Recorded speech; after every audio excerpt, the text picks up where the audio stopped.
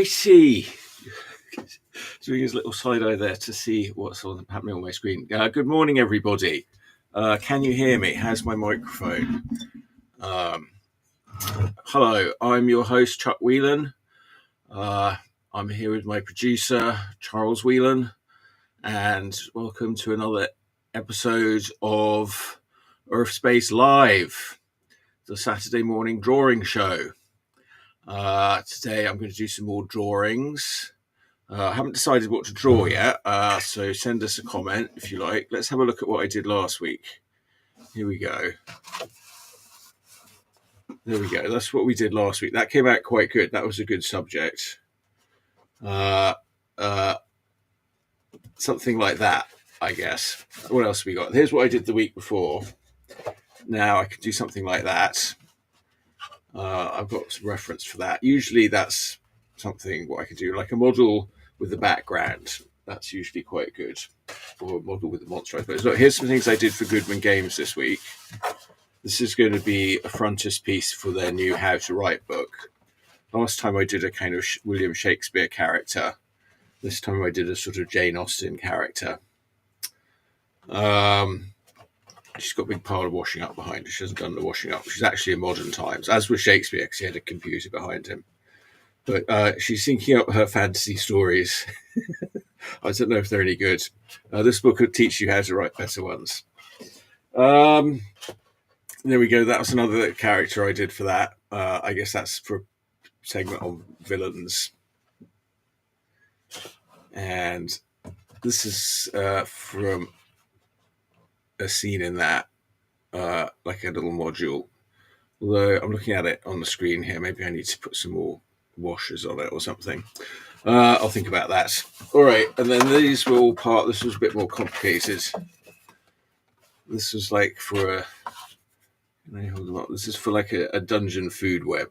So in the final, there's lots of sort of arrows and different things, but it's basically showing how the chain of food eating in the dungeon. So you've got a sort of corpse at the bottom there, and minerals and microflora, Zorns who eat the minerals, fungi, various kind, jellos and molds, carrion crawlers. Then you go up to those are the decompositors or decomposters or something. Then you go to the primary consumers, creepy crawlies, various kinds, secondary consumers, larger creatures, goblins, and sitting on top, the dragon. All right, so that was just to distract from the fact that I haven't decided what to draw today. Producer suggested Emma Stone from Begonia, but I can't find anything good reference really for that, other than just Emma Stone with a bald head, which isn't very interesting to draw. I need like something more a figure with a background or something. And then, okay, I've got this picture up here because tomorrow, Sunday, I'm hosting a workshop at Sour Cherry Comics in San Francisco. It's at 16th and Guerrero, so quite close for the 16th Street BART. You can get out and walk up to Guerrero there. It's a lovely little shop with like all sorts of comics and different things, or mostly comics. And yes, that was nice. Leah, who runs it, invited me to host a workshop. I think she carries my books there, so I'll have some of my books. I'm not sure what I'm doing for that either. It's sort of going to depend who shows up. But we'll learn about drawing comic characters, cartoon characters, making comics, publishing comics. And I guess I'll give people whatever help they need doing that. So open to all skill levels. So come along out to that. All right. So what are we going to do today? That is the question. There you go. I think I put a reference image. I think you should do this pose that Jesse Eisenberg is doing, but you should just pick whatever character you want to be doing that pose. Jesse Eisenberg. Like if you wanted to be some hot female model doing the pose, then do that. But I think it's a good pose. So you can find that in the Now You there. See Me. All right, but you're already confusing me about Now You See Me 3 because I swear I saw Now You See Me 3 on Netflix some months ago. I put it on and I was very confused and I was like, well, I never saw Now You See Me 2, which probably means I don't have a clue what's going on in Now You See Me 3. But like now you're telling me that Now You See Me 3 just came out. So is that some sort of weird magic trick? Sounds like it might be. Um, well, I didn't watch it very long. I wasn't understanding or enjoying it. There was like lots of characters. I didn't understand what any of them were doing. All right. Well, look, I've got lots of nice reference here of fantasy art figures. I think I'm just going to do like a nice fantasy art scene, All right. if that's all right. Well, it is your show. Um, it is my show. Thank you. Let's see. Uh,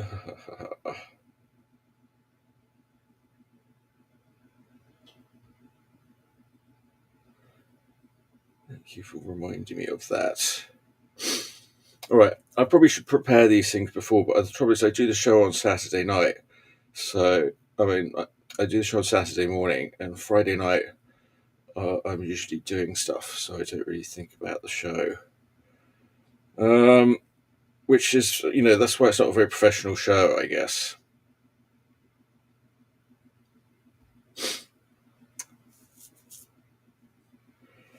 All right. What do you think? Should I do? I think if I sort of realised if I do a little bit of underdrawing, just to sort of give me some idea of what's going on, it usually comes out a little bit better. These are things I'm learning as we do this show. This person looks a bit like Emma Stone, this model. So, all right. The trouble is my shadows all over the drawing board. Once in a while I'll sort of spend a day sort of trying to get everything organised and get it all sorted out, and then it seems like the next time I come back to it, everything's in a mess again. It's very difficult to keep everything precisely all in the same place from one week to the next. In the midst of the practicalities of doing different things. All right, let's get some of that stuff out. All right, okay.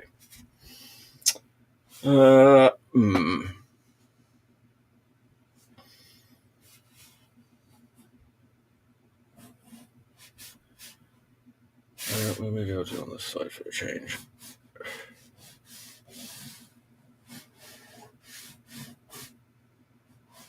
I'm just doing a little quick under sketch here. I can't really see what's going on with her hair, to be honest. Background. I really don't know what should be already.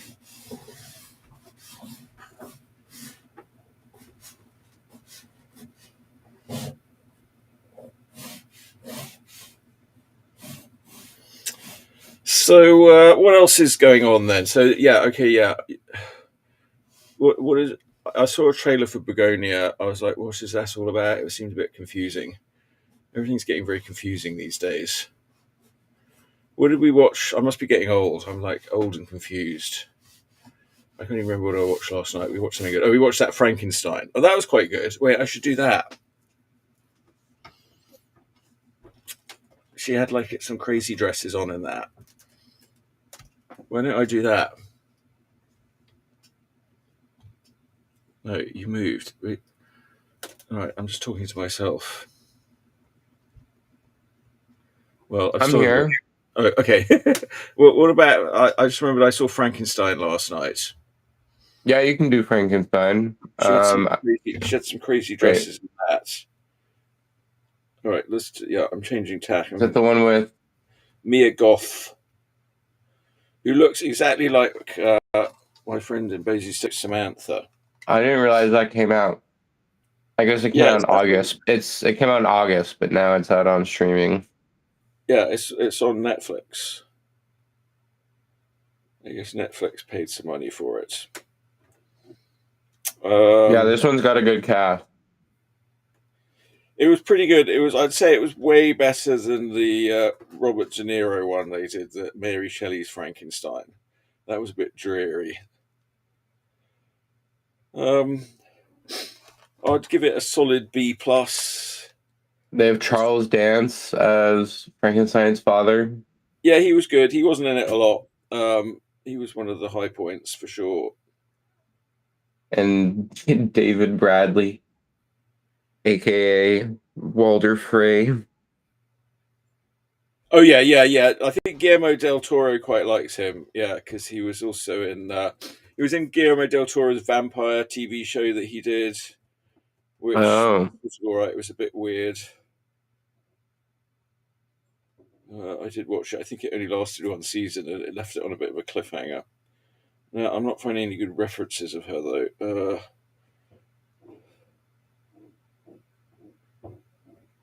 It's very hard to find. There's one where she's sitting there with a big fan, but I'm not really. Okay, here's one of her off the poster. That's a bit better. All right, it's not super drawable though. This is a wedding dress that she was wearing. Oh, that was quite good. But again, it's really dark and hard to see it. Hang on, maybe if I turn the brightness up, I can see it better. That way up. All right, it's a really interesting show so far, isn't it? What else has she been in? Mia Goth. She looks exactly like someone. I'm not sure. Let's look up Mia Goth or discography, filmography.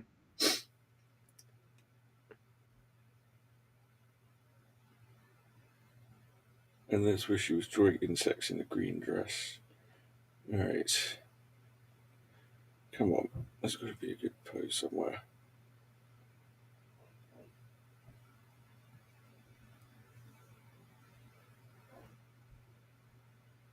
She was in that Everest movie.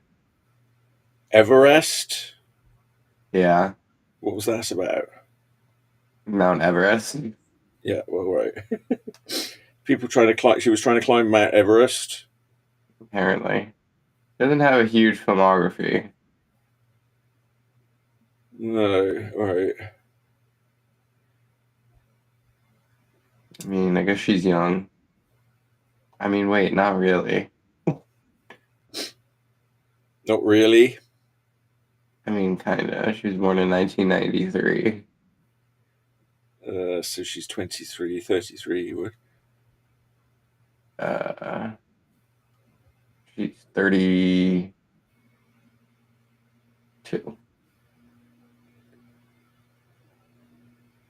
Oh, okay. Poses of her different. Oh, here's one that's actually got hands in it. That's a bit more interesting. But apparently she's going to be in Christopher Nolan's The Odyssey and Star Wars Starfighter. Oh, okay, that sounds good. I don't suppose there's any pictures of her in that. Yeah, I don't think those exist yet.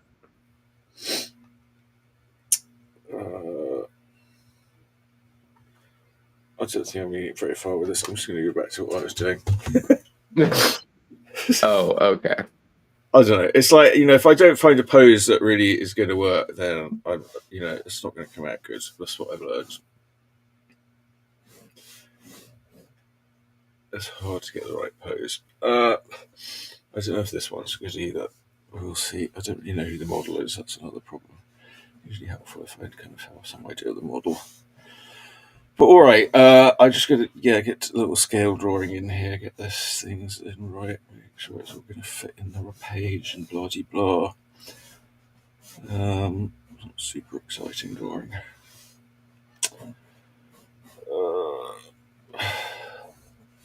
All right, is there any comments in the chat? Other than Tina Whelan saying hello, not yet. No. Hello, Tina. All right, I've got at least one loyal fan. Dale, unfortunately, is not feeling very well. I don't know if he doesn't want to do this show anymore. He doesn't seem to be showing up very regularly. He's got very flaky lately. Maybe I should just relegate him to being a viewer. Chris wanted to do the show last night, but then I think he sobered up and went home.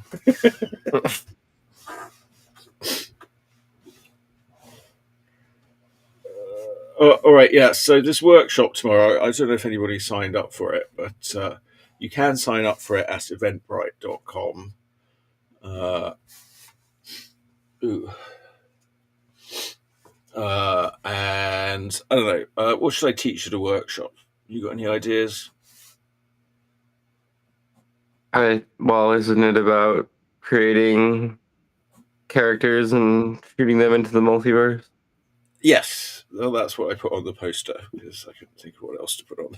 As far as what I'm actually going to talk about, I don't really know. I don't really know. I just make it all up as I go along. Basically, I'll give people some very unhelpful advice. I guess that'll be my goal for the workshop. Um,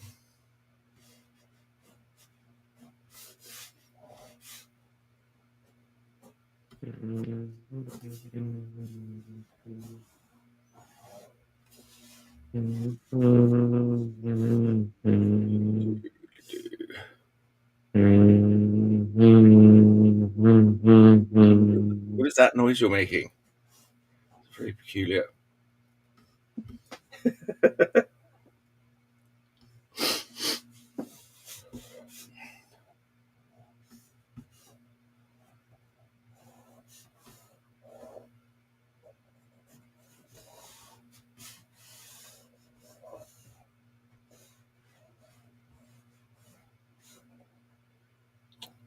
I've decided this pose is difficult as well. Wait, I don't know what she's wearing. Oh, we don't have our custom music anymore. Oh, yeah, I think it's because I was unsubscribed for a month and then it's like removed everything out of the thing. Oh, that's frustrating. Yeah, I know, and I re-uploaded some of the graphics, but yeah, it is rather frustrating.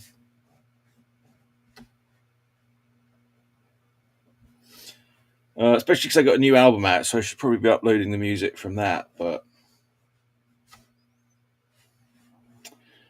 people can go and listen to that at Spotify.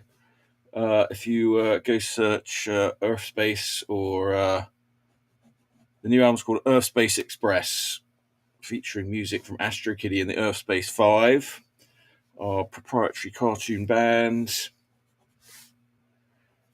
aka my friend Isaac Bonnell, who plays with the Seagulls. All right, something's very wrong about this. It's all gone wrong.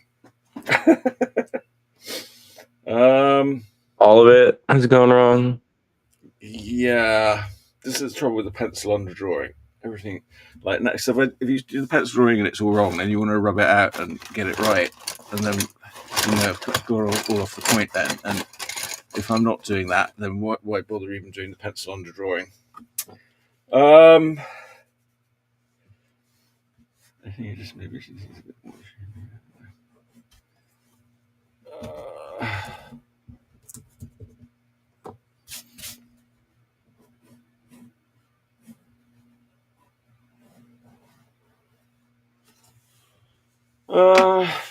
Well, I'm just going to say screw it.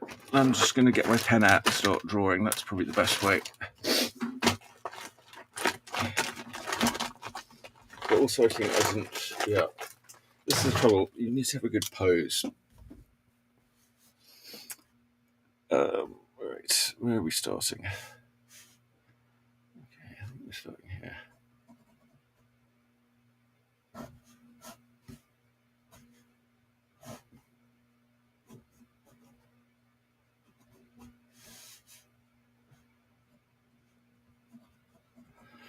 Well, what else is going on in the world? Anybody got any comments? Anything to talk about? Unfortunately, not yet. What else is going on in the world? Well, nothing that is going to be fun to talk about on the show. You know, I think, we like to focus on the entertaining parts of the world because the Not real people, parts are a not bit other people's depressing right now. emails. What about her emails? Whose emails? That was a big thing in the Trump's first term, trying to get Oh elected. yeah. On about Hillary Clinton's emails. Apparently, she had some bad things in her emails that we were all supposed to be worried about. I guess it takes one to know one.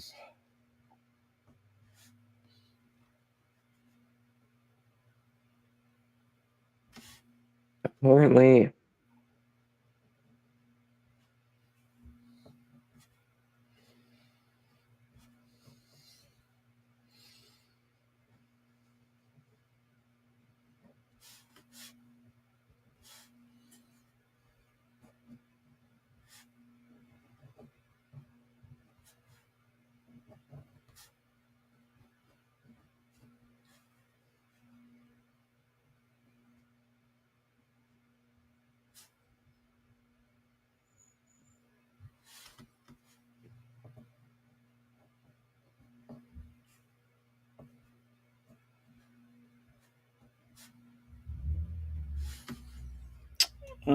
All right.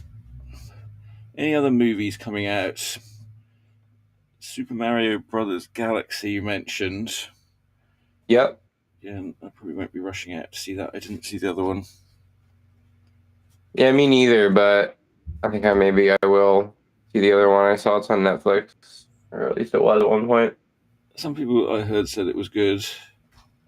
I suppose it Yeah, depends how I've much generally heard it was pretty good. you like Mario and video games. I suppose we used to play.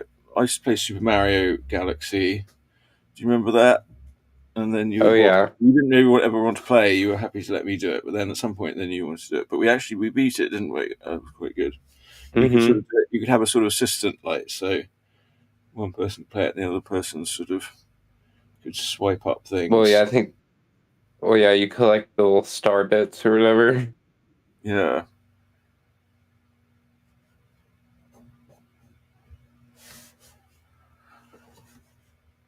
Oh, big news! Trump says he's withdrawing support from Marjorie Taylor Greene. I think she's withdrawn his support for him. Actually, no, she was still sort of sticking up for him and saying, "Oh, I love Trump." But yeah, that's going to cause a bit of a schism in her district, I imagine. She's like talked about it. Yeah, I don't know. She's obviously a bit dim.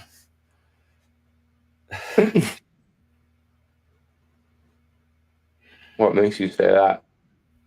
Because all these people, they're like, "Oh, I think I know better at politics." No, politics as usual. Even though politics has sort of been going on for a long time and is the way it is because that's the way it has to be.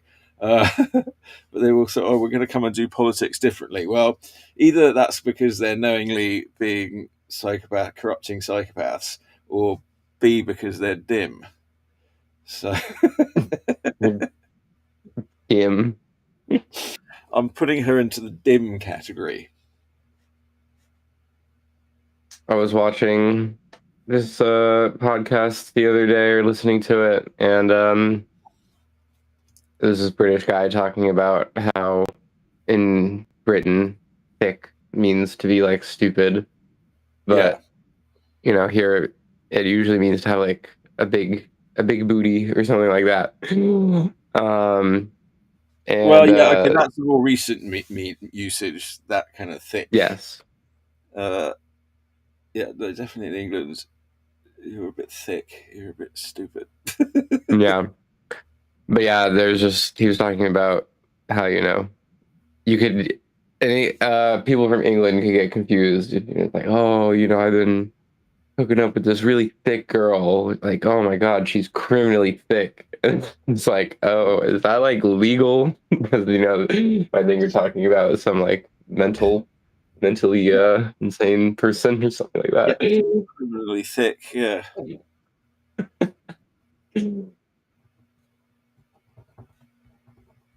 Yeah, the English slang is always quite amusing, I think.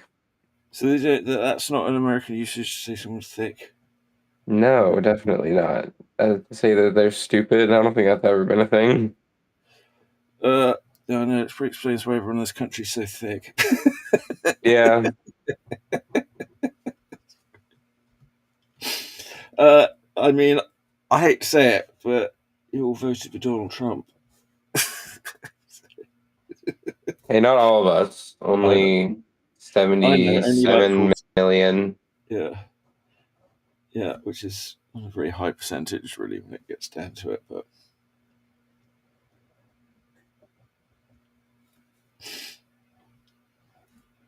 all right, well, I'll try to stay off the politics. I mean, although, God's sake, I'm not sure it is politics as far as Trump's concerned, because he's not really a politician. He's a criminal grifter. If you think he's a politician, I'm afraid he got you. I'm afraid you've been had. Do you have that expression in this country? You've been had. Um, I mean, definitely hasn't been used in recent time. When they got you, you've been had. I don't know. Yeah, there's much higher tolerance anyway for grifters and con men in this country. They're more sort of baked into the core fabric in lots of ways. The salesman. Yeah, well, I guess that's what this country was founded on, other than slavery. Slavery and grifters and all the grifters, they all want to come here. They're like, oh, this is where there's country where there's one born every minute. Yeah. Well, there's also a lot of people who are like willing to take a chance on things. And it's like you said, Yeah. money is a lot more like it moves around a lot more. Yeah. It's Like more of a people will just throw money into like stupid things because, it's like what's it called? It's like a parlay. Like sports betting where it's like, you can basically pay $5 and bet on like three different like, you know, you can pay $5 and basically bet on like three different specific things happening on a game, or like 3+ where it's like, okay, this guy is going to get this many rebounds, this guy is going to get this many points, this guy is going to do this, and it's like a super low chance of it hitting. But if it does hit, you can turn like $5 into like $200 or whatever. And it's right. like this new thing where it's like basically that's how they get you, because it's like, oh, I'm just gonna bet $5 every couple days, and it like literally almost never hits, and then basically the one time it does hit, you pretty much end up breaking just even or less from all those little $5 transactions you spent. And it's just like, that is, I think that right there is like the core of like how corporations have realized they can like get a lot more money out of people. Yeah. I just kind of like these slow drip options, and just kind of like taking a little bit out of the bank account every month or whatever, Yeah. I mean rather than that's how you also do with anything. Dale. Yeah, go ahead. Well, I was going to say that is how you do anything or achieve anything is with a slow drip. You do it every day. You do a little bit every day, like making a comic. We were at Cartoonist Conspiracy this week. Constantine, he's a good guy. He got his 40-page comic. He was like, "Oh, it took me a long time. It took me 2 months." I was like, "No, that's really great. 40, you got 40 pages done in 2 months. That's awesome." And I mean, because we just literally just before he arrived, we've been talking about somebody who took 2 years to do 40 pages. I don't know. I haven't done 40 pages in years now, so I don't know. Yeah. You've got to do it's a slow drip. You do something every day, or like your exercises. It's like nothing happens overnight. You know, easy come, easy Yeah, go. You've got to build things yeah, bit by bit, slowly, patient, hard work every day. Sorry, that's the only way. Anything else is a scam. Yes, wise advice. But yeah, like Dale and I were talking about like ZBrush and like Photoshop and stuff like that, how those all used to be like, big, multiple $100 license purchases. Yeah. Now you just pay a subscription. Well, I always thought, how are they going to keep doing that? Because nobody, I would, because I would always have a copy from like wherever I was working. You could get a copy that way, and so you didn't really have to ever buy it. And it seemed like an awful lot of money to sort of pay it. And it seems like pretty good value to me. Like right now, I don't know, whatever it is, like $50 or $60 a month to have access to basically all those tools. So, Yeah, and it seemed to me like eventually they were going to have to do that. I mean, like, a lot of these companies, they sort of start off just sort of doing things at a loss, I guess, just to sort of get get people in the people, door. yeah, get customers. And pull the wool over their head and say, you remember this product you got used to using for the past 10 years? Now it's going to cost you 30 whatever dollars a month. Yeah, Like, okay. He was a little predatory, but I guess it is what it is. it is what it is.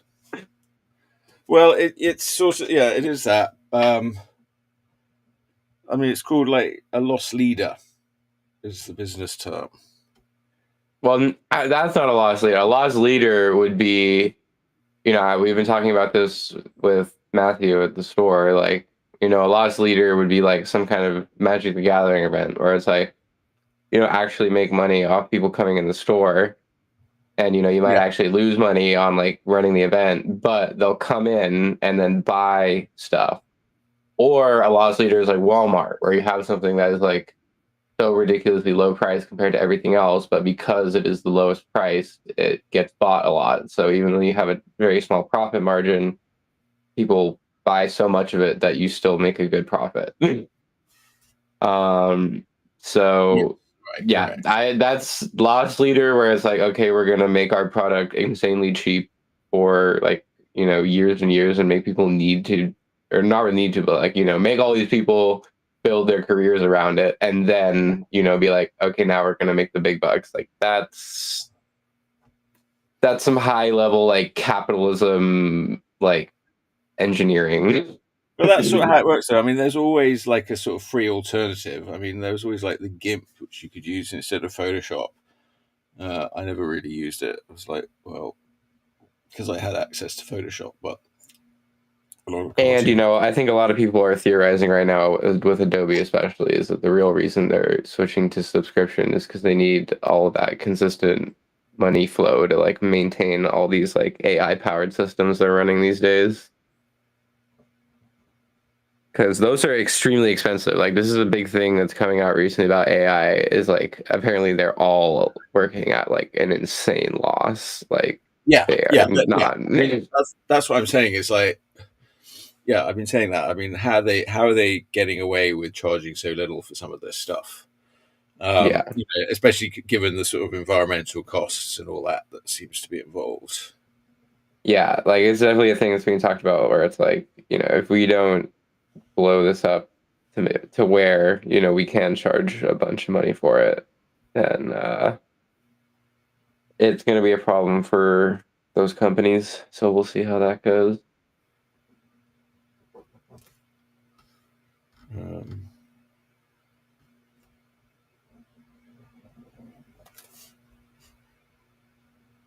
yeah, Elon, it was funny. I saw Elon was on X and someone was like, what happens if, um, is AI going to take our jobs? And he was like, yes, they're going to do all of our jobs and then we won't need to work anymore and we'll all have universal income. And he's like, that's actually what he's trying to achieve, which is like, yeah, that is the dream with AI and like robots. yeah. But I don't know. We'll see. Oh wait, I what guess was I'm just glad that someone is actually coming out and saying that that is the goal. Because I Yeah, think that should be the goal. yeah. I believe that's that's what we're supposed to be doing. I mean, I think Elon read the same comics I did. Claims to like Judge Dredd. I hope he likes it for the right reasons. In that it's describing this nightmare utopia of the future, or post-apocalyptic. Yes. Well, it's all very complicated. Like President Booth, I think, I can't remember who created the judge. Fargo created the judges. Bad Bob Booth started the nuclear war. I think the judges were created under Bad Bob Booth. All right, yeah, all right. Well, I want to get into too much into all that right now, but well, if we don't have a specific thing to draw next week, maybe you could draw some kind of female judge or something. Ooh, Judge Anderson. Yeah. That's like a good idea. Because I don't, as much as you like Judge Dredd, I feel like I've never seen you draw a judge. I used to. He's quite hard to draw. I did have a go at doing one in recent years, and I didn't quite like it enough. And I tried another one. I didn't quite like it enough. They're probably both fine, but I don't know. It's a little out of my wheelhouse. Wheelhouse. It's like I sort of All right, enjoy it. Tina. So, once you start getting into trying to do it, then your enjoyment of it goes in a different level. I don't know. Oh, hello. We got a comment on YouTube. HD Easy Art School commented. Oh, wait, Hi. what? I don't see that. Oh, it just popped up on my iPad here. It's like a YouTube comment. Maybe it will come up in a minute. That's so weird. I wonder why I don't see it. Well, maybe it'll just take a minute. It's a YouTube comment. I'm going to pull up the stream on YouTube. Well, hello, viewer.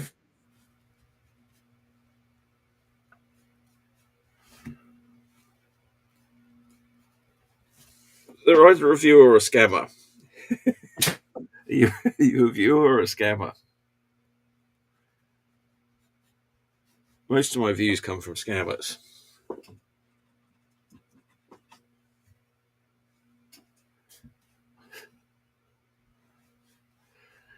But if you're not a scammer and you live in San Francisco, sign up for my workshop. Come to my workshop tomorrow at Sour Cherry Comics, which is an awesome comic shop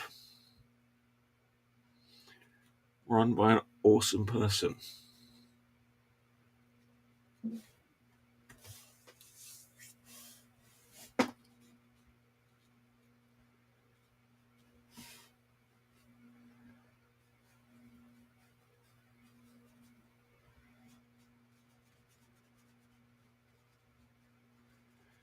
Yeah, I'm bummed that Dale's sick. That probably means he won't come to my workshop either.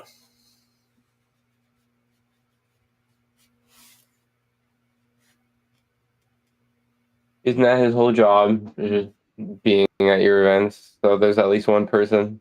Yeah. Could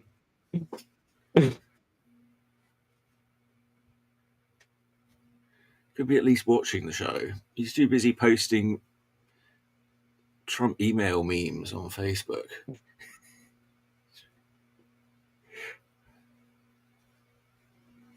I got a funny headline the other day. It said Trump says he's going to look into the Epstein files and how the Democrats are related to it. It's like, yeah. Oh, okay. It's all a big Democratic hoax, even though he's the one that started going on about it.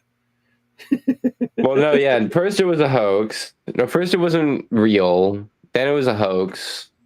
Then he wasn't in them. And now he's saying, I'm going to take another look at them and check for all of the Democrats that are in there. Like, he specifically said, I'm only going to check for the Democrats. He's literally just saying it out loud. It's so crazy. I think you'll find that the people in there are all these rich people who've been funding both parties. And, Trump's been using it to scam everybody.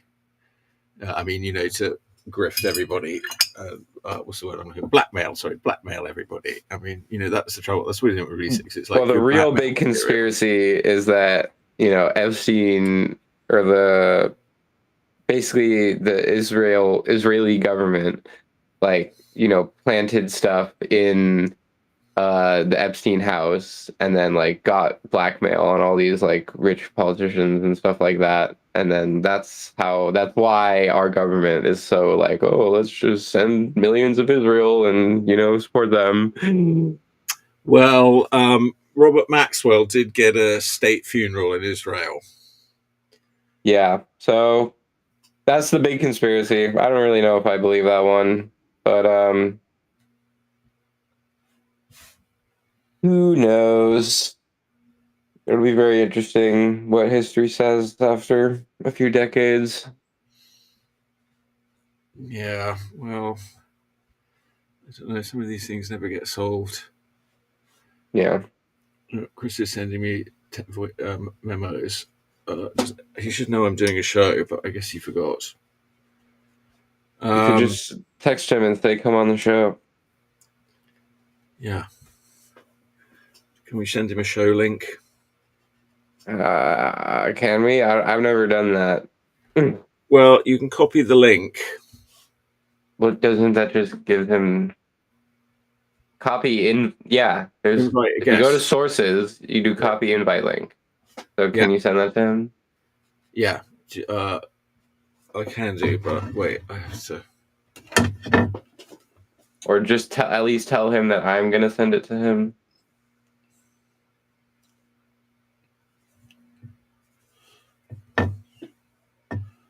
Yeah. So can you send it to me and I'll just send it to him? Okay. I'm gonna send it to you on Messenger.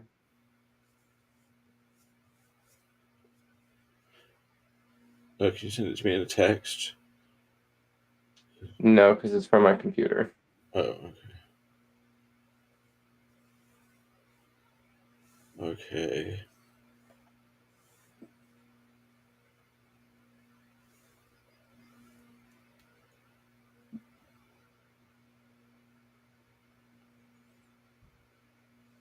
Okay.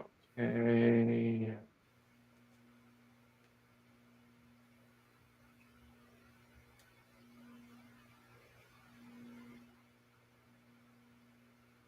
Okay, got it.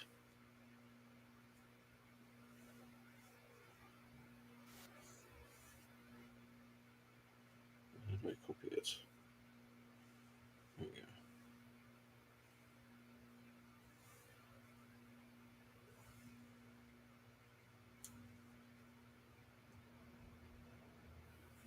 go. All right. I sent it to him now. All right. I guess. All right. Uh,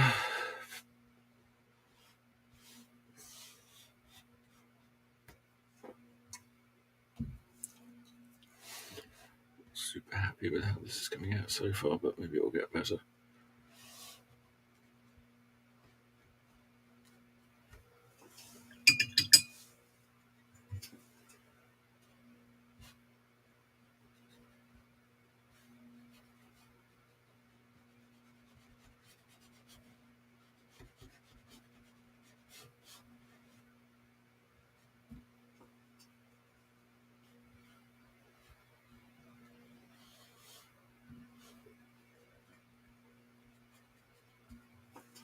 All right, keep an eye out for him in case he turns up, but he's probably laying around in bed, not really in the zone.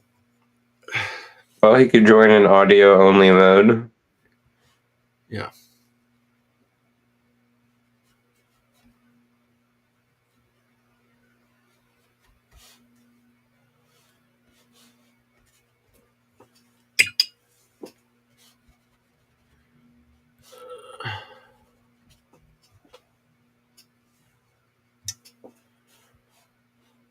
Then we'll have someone to talk to. He's usually got plenty to say.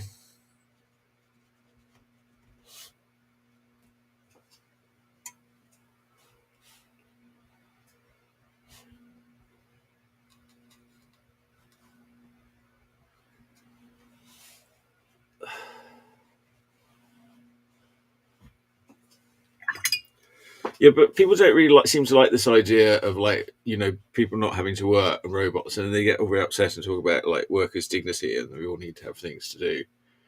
Um,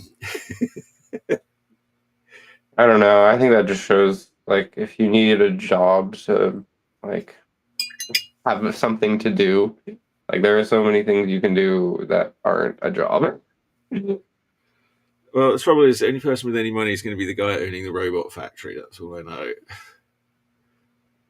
Well, they'll probably be our that's like our government basically.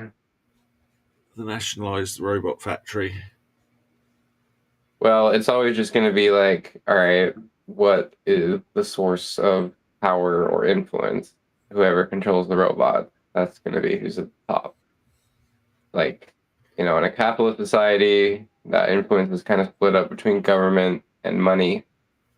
Always why communist societies end up just having, or almost all the time, just end up having totalitarian governments because all of the power is in the government.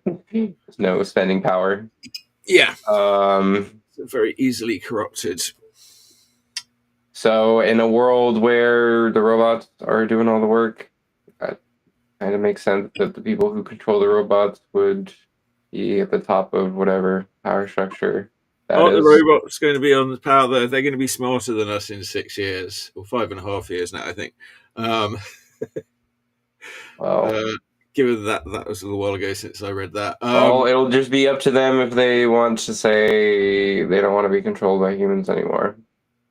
And we'll just have to, listen to our own writings, like with the Matrix, and not start a war with a life form that has developed to be smarter than us in under like 20 years. But the trouble is, with that life form trying to colonize you, you tend to want to fight against it, and Yeah, then it starts well, reminding hopefully, you. if it's trained on human compassion, it's not just gonna like colonize us for no reason. And maybe if it does He's still in colonize bed. us, what? He says he's still in bed. I'm going to say you can come on audio only.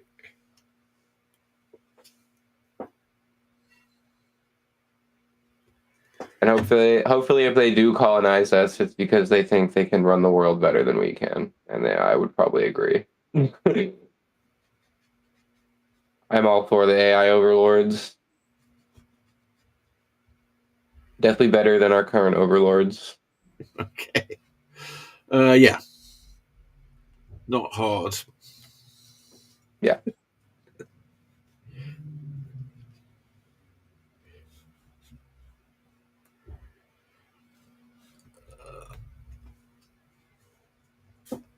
Well, yeah, we're back to GovBot cartoon.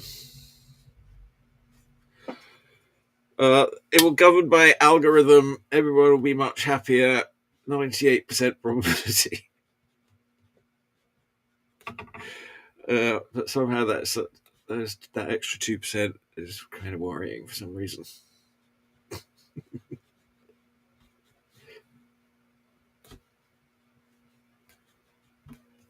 It'll be fine. It'll be fine.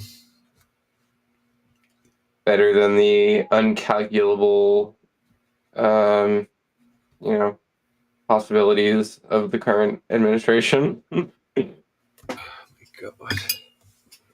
His followers are just so fucking brainwashed, though. Yeah, this is kind of the issue with letting a quote unquote non-politician become a politician and then become the most popular politician because then everybody who got enthralled with him is never going to want a real politician again.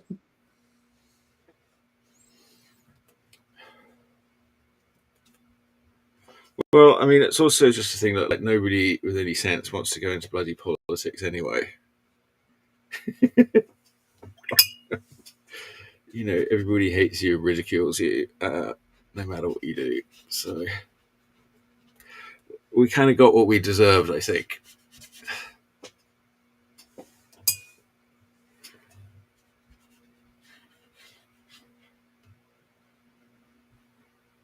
I mean, isn't that just the job though? When you put yourself up, you're basically saying, I am trying to like represent the court of public opinion.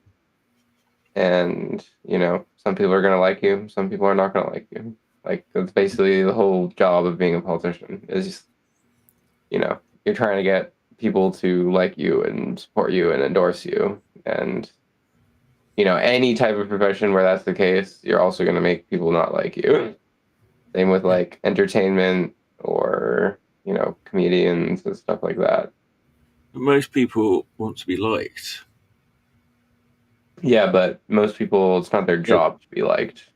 yeah, no, yeah. Some people like Trump don't want to be liked, and they make good politicians. Unfortunately, there's like the people that you really don't want to be politicians.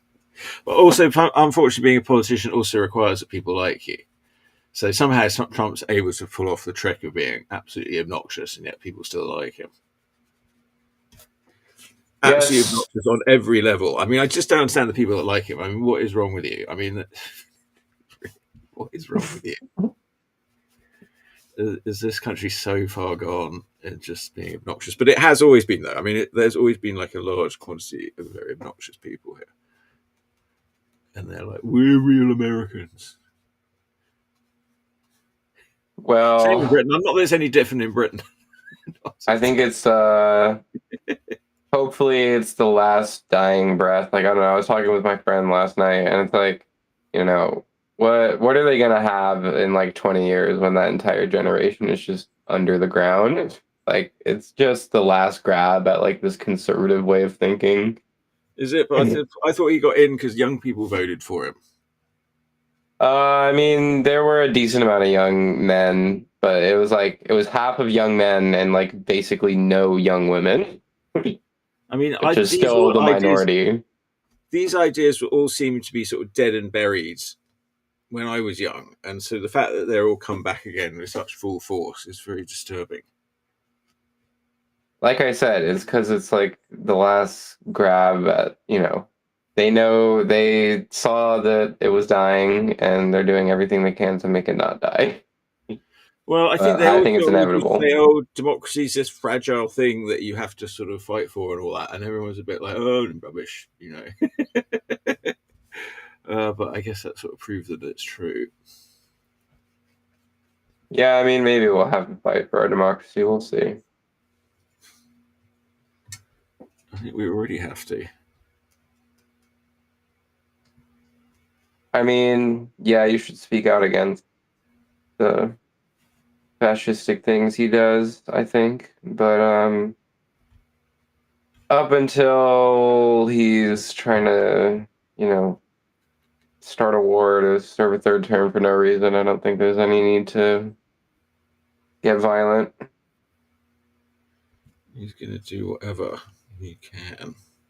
Although the only saving grace is he's senile. But then, Dare was sharing some conspiracy theory about Peter Thiel, and how Trump's just a useful idiot for Peter Thiel to go and make himself dictator of everybody. Peter Thiel's gonna be the I don't. He can barely hold a conversation. There's no way. He can barely hold a conversation. I mean, he literally can't even talk to an interviewer without accidentally revealing that he doesn't think the future of humanity should be guaranteed. Yeah, Like, it's just, there's no way he could be a politician. I know that's why he needs Trump to do all his dirty work. Well, maybe. Are you saying Trump is just a puppet now? I think he somewhat always has been. Yeah, he, he's at least he's the one that will say and do things that other people don't want to say and do out loud. So he's a sort of he's given the key to the door to some of these people that want to push their agenda, and it's a very unpopular agenda. But somehow Trump seems to be able to bring people on board. And you're like, how does he do it? I don't think anybody quite understands it.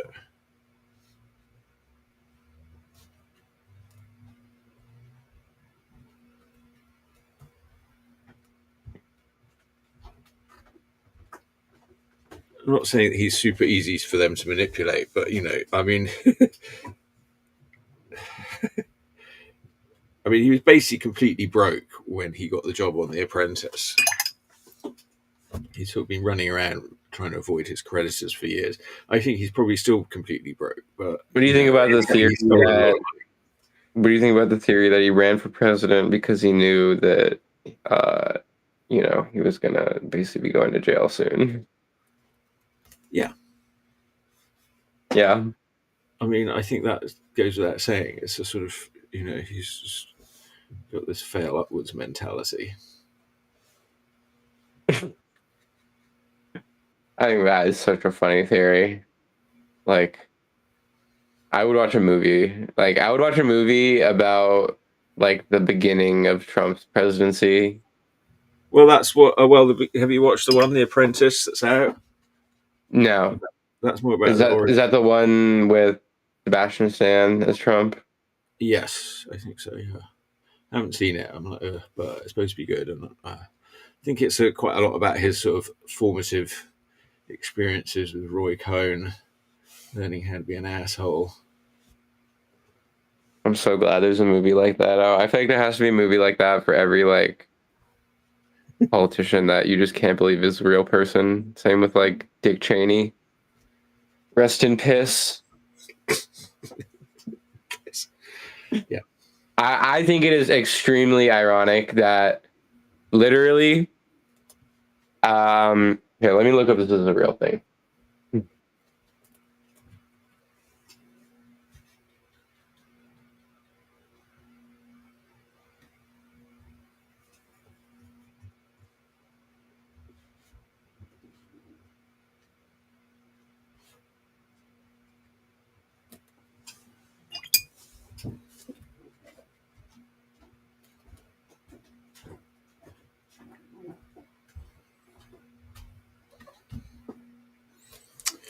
Uh, hmm.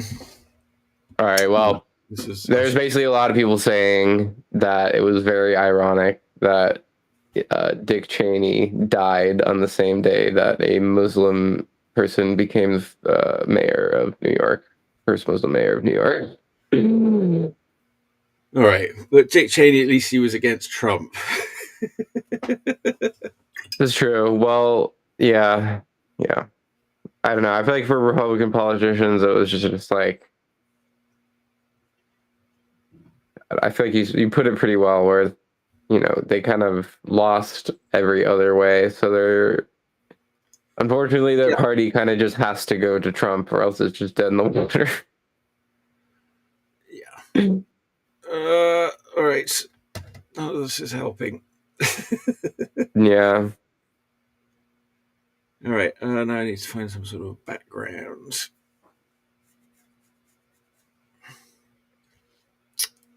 I think you should try and do like some kind of cityscape background. Okay. Because last time you did like a wilderness background. Yes. Well, I did that castle. Well, like wilderness with the castle in the background. Yeah. All right. I'll do some of these. But like, I don't know, maybe she's standing in some, yeah, I don't know, where would she be standing with a pose like that?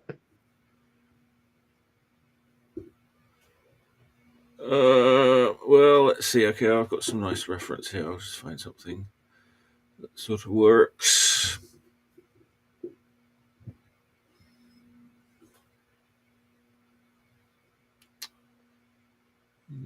Yeah. Well.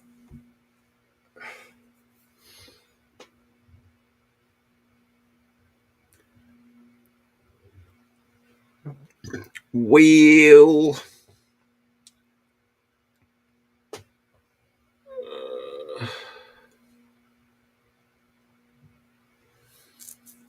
Hmm. Hmm. All right. Okay. Let's see now. now. Do this. I don't know if penciling in helps. I think it makes me a bit confused about that.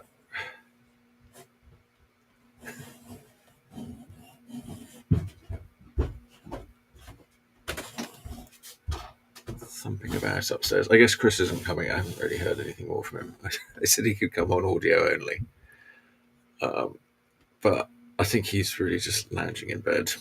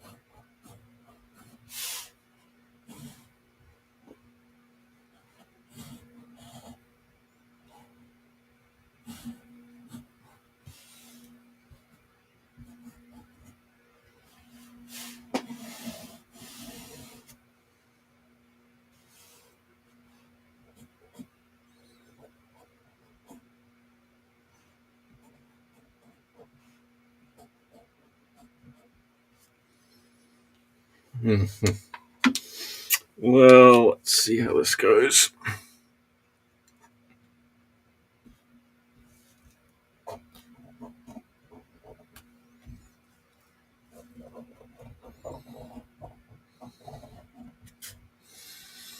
How are we doing for time? All right, not too bad.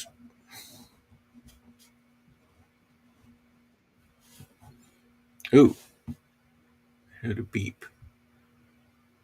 Producer has joined. Add to the stream. Is that what? Oh, you've turned yourself off there. Where?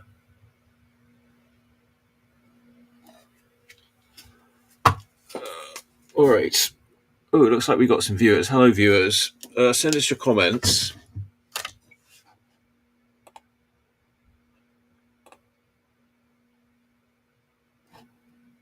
Hang on.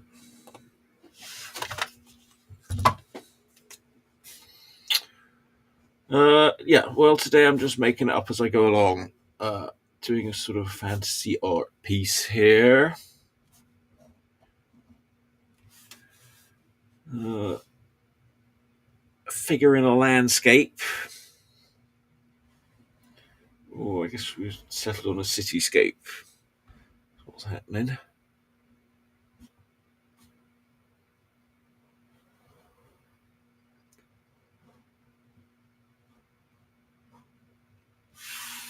And a nice medieval town here. I don't know where it is.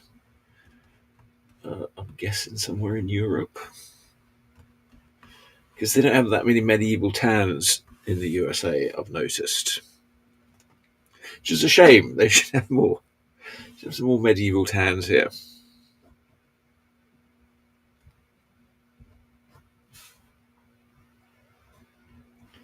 In the medieval, they knew how to build things. They built them out of stone.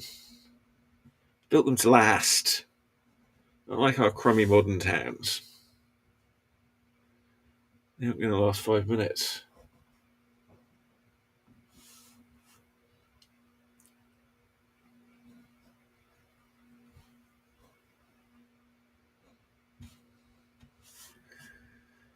Also, I'm just because they're all sort of built kind of wibbly wobbly. You don't have to worry too much about perspective because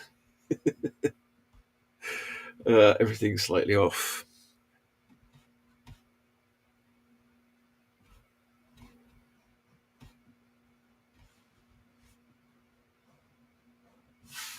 Also, I'm distorting everything quite a bit.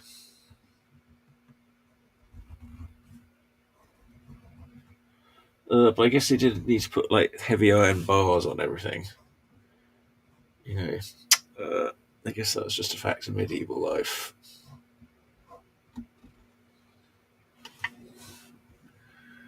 What's that on the wall? That looks like a satellite dish. I'll leave that out. Street name here.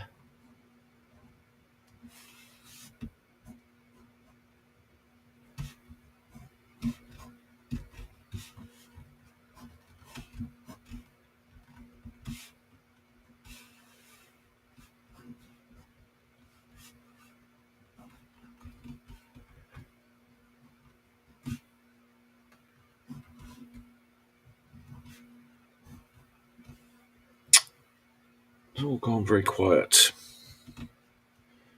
So we need Dale here. He's not feeling very well today, apparently. I think he's feeling miserable. He hasn't quite come to terms with the idea of mortality. He thinks it's sad that people get sick and die, which it is. Uh,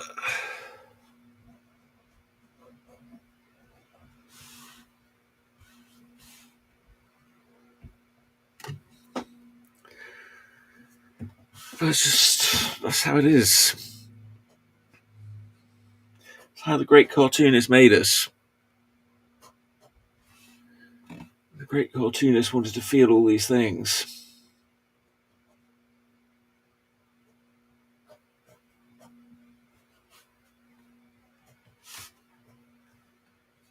All right, we'll not get too philosophical.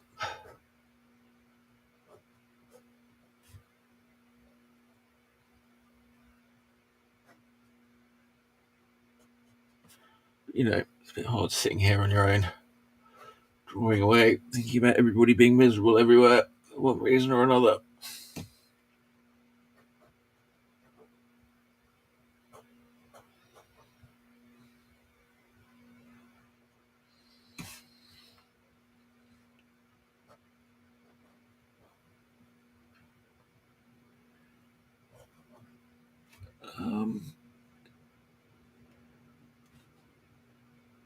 Okay, does my producer know he's muted? He's disappeared.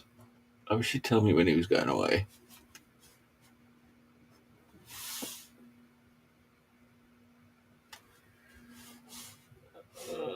Never mind.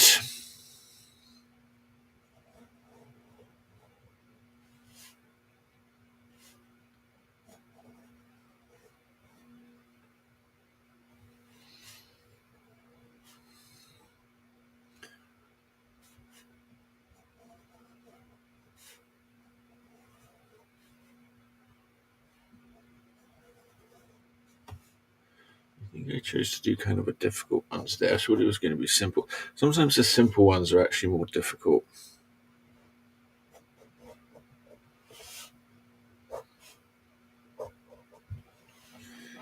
Simple ones, you kind of have to get everything right.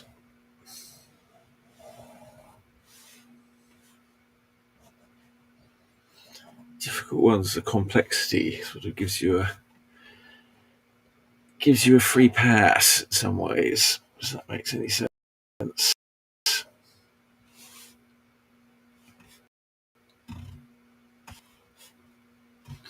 Probably not. That does make sense. Oh, hello. You're back. Were you wondering where I went? Did you check the private chat? If you're ever wondering where did I go, you should probably check the private chat. Oh, I see. Okay, that's a good point. All right, I'll try and remember that. I keep forgetting about the private chat. Well, that would be that what that mysterious beat was that I heard. I heard a boop, boop. I was like, "What's that mysterious bleep?" That would have been probably the private chat. Probably would have. Oh, I like this setting. Like a little archway street. Yeah. Pretty much exactly what I was thinking. Okay.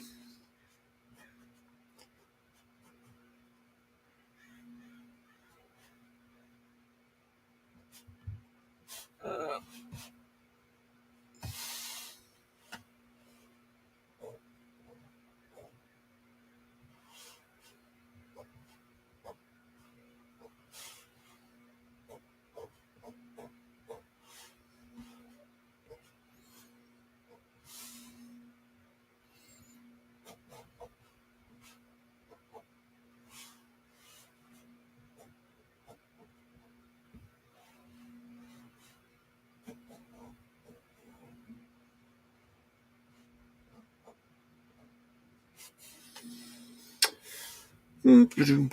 looks like a nice place. I don't know where it is.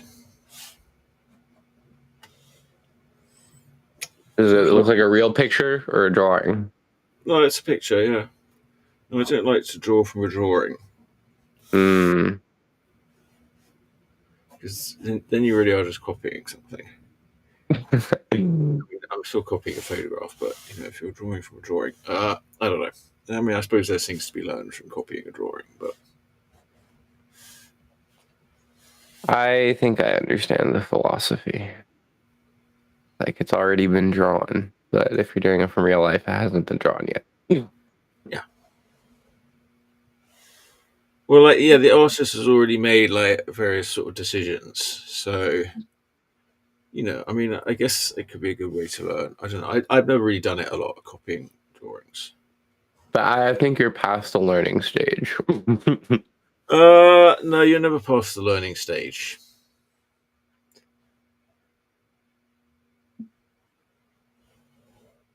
More wise advice from author and illustrator Chuck Whelan. Yes.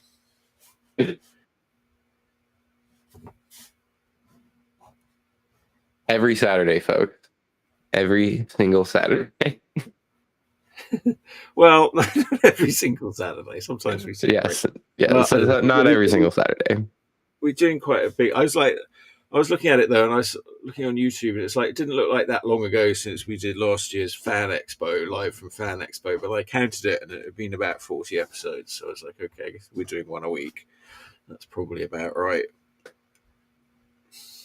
Yeah. Well, it was. There's 52 weeks in a year, so we missed 12 episodes. It's not too bad.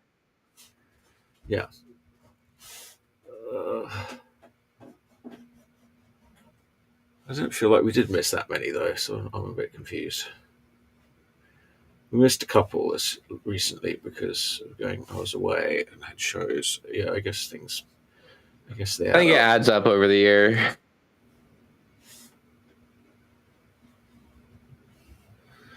And some of the drawings come out better than others. I don't know what to tell you about that. Well, I think the drawings this year have been pretty good. The last time, or like for a while, you were doing the art battle stuff, and those are only 20 minutes. So Yeah. Okay. They were. Yeah, it's hard to do a good thing. I've gotten a little tired of Art Battle. It was a good experience, but it's not really quite what I want to be doing. Um,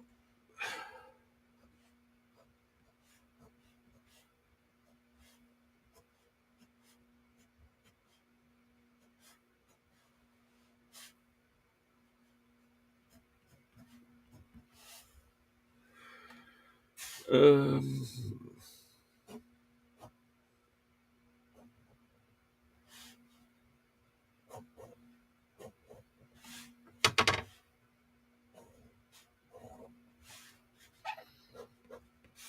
Not that I might not do it again. I mean, the last two I only did because they asked me.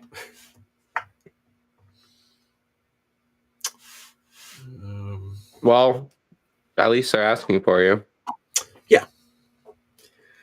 Well, I think they normally have a hard time. I mean, most artists are like, "Oh my god, I don't want to do that," and I don't blame them. I don't know. It was good. I mean, I did it because Greg did it. Greg's very out there. He's quite willing to do crazy things.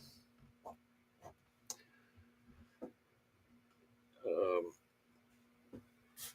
all right, and I'm like, well, if he can do it, I can do it.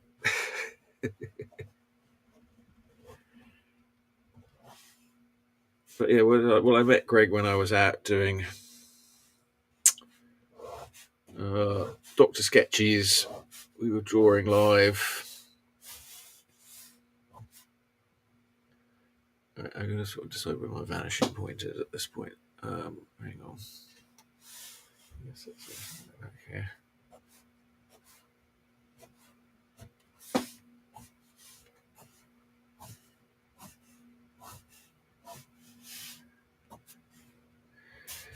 It's sort of around there. But yeah, as opposed to modern architecture, medieval architecture, you've got a little more give and take because everything's a bit wobbly and built on slopes. Goodness knows what.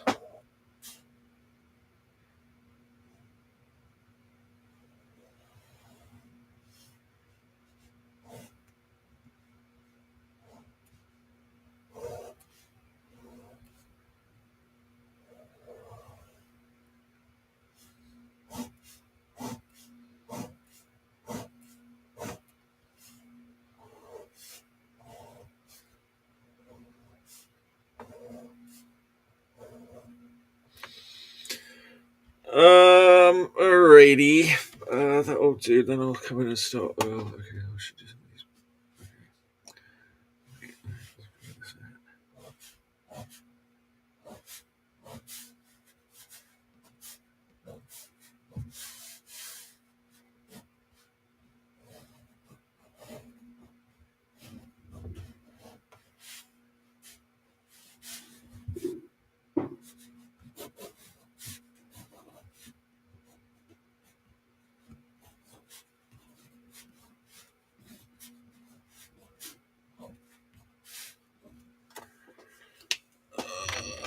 Okay, now we'll add some light and shade.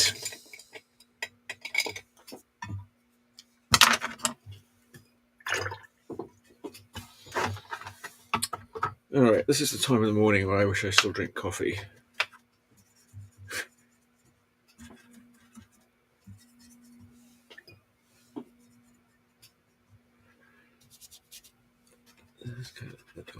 Yeah.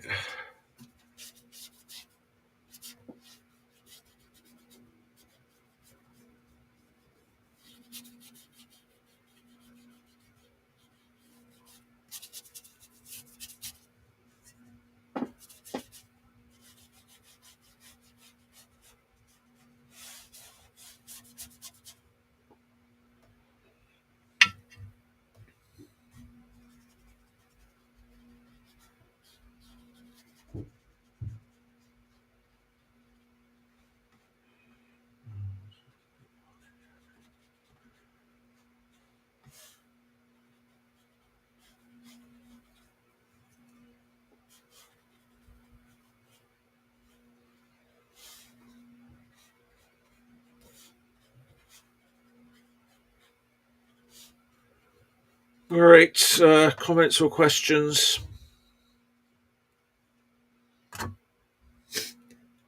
Not yet. Answers on a postcard. Maybe on the VOD.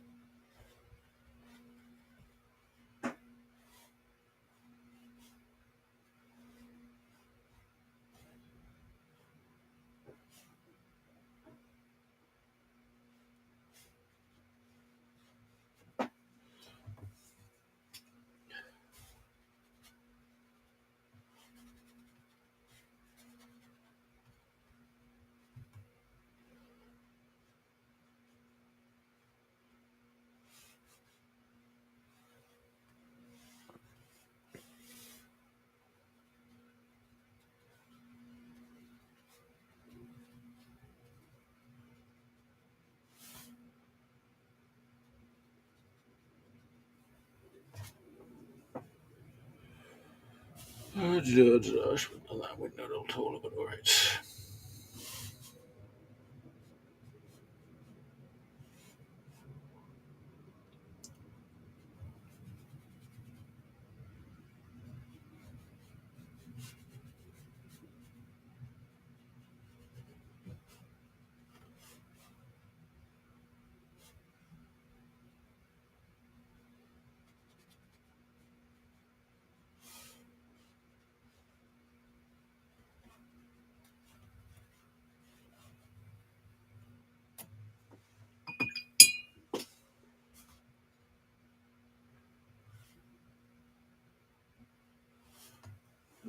Okay. Okie dokie. Let's see, it's all sort of quite well listed here, but. Hmm.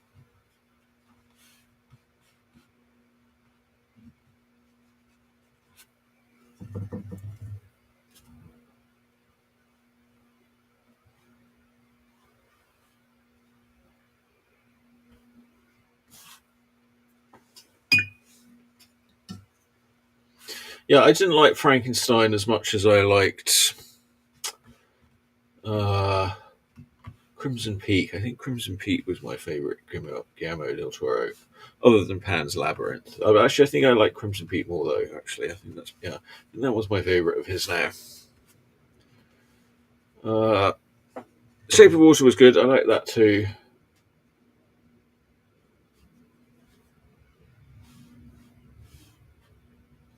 It wasn't bad, Frankenstein. No, it wasn't bad. It was pretty good. Yeah, it was definitely better than that Robert De Niro one. But I used to like all those old Universal horrors back in the day. Was it better than the new, what is it, Nosferatu or whatever?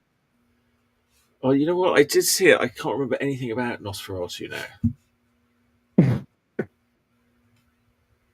I was like, oh, did I see it? I did see it. Yeah, I don't think I'm that big on whoever that guy is. What's his name? Eggers? Robert Eggers. Robert Eggers. Is he related to Dave Eggers? I have no clue.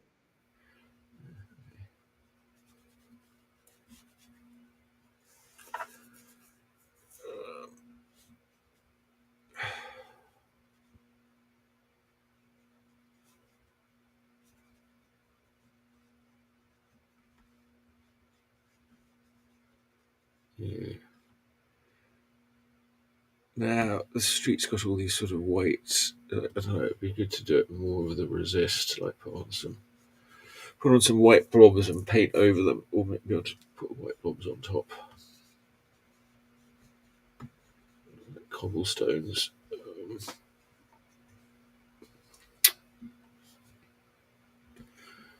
Some more questions of how much time do I have to get things done here? About 32 minutes. Right.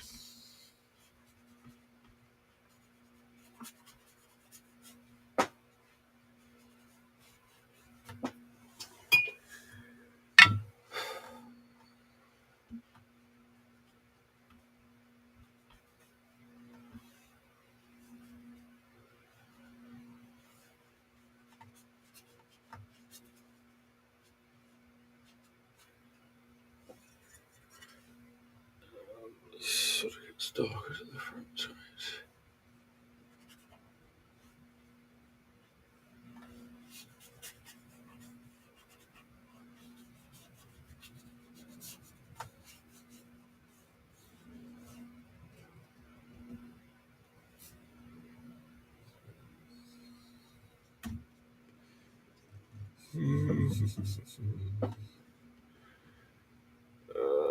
Okay. She's quite a dark.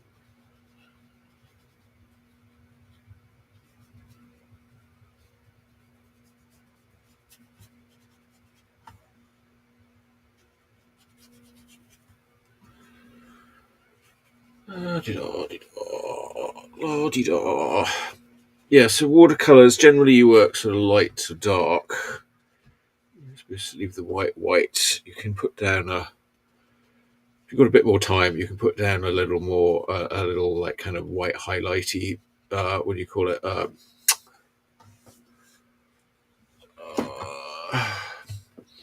like rubber cement kind of stuff, like white, not white out, but it's like a rubber stuff that you peel off at the end and leaves it bare white. That's quite a useful thing to do. I mean, it'd be quite useful on this because I could sort of pick out the cobblestones. Um, but I haven't really given myself time for that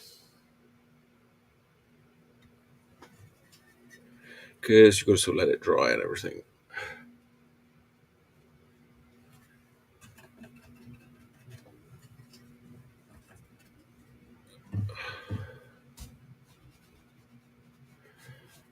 All right, I guess having a show is quite a good way to sort of force yourself to draw things.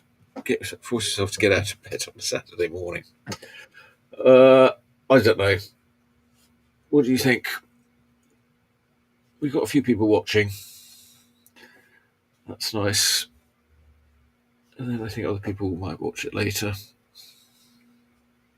Yeah, who knows? Maybe historians will be studying your content.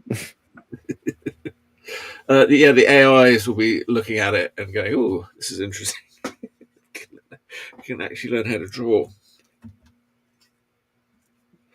I'm feeding it all in the AI. It's all scoopable. I mean, goodness knows what I've signed in those agreements on YouTube. The human centipede agreements. We all have to sign every day to do everything on our phones.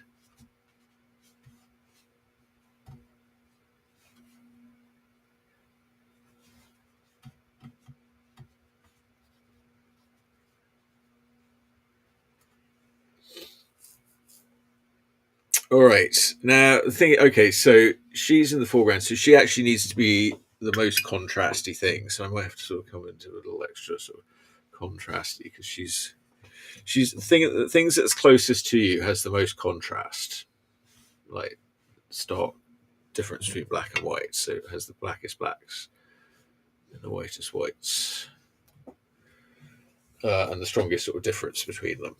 That's quite important.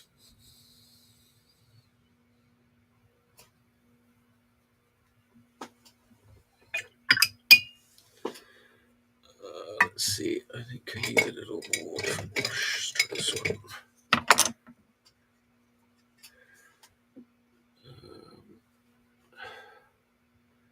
This wall's kind of dark and green.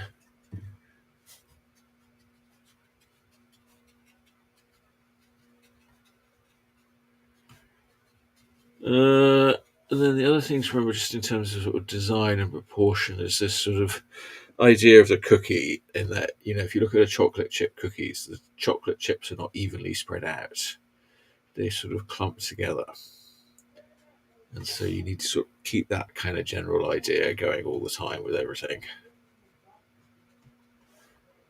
It's just a general kind of proportion rule.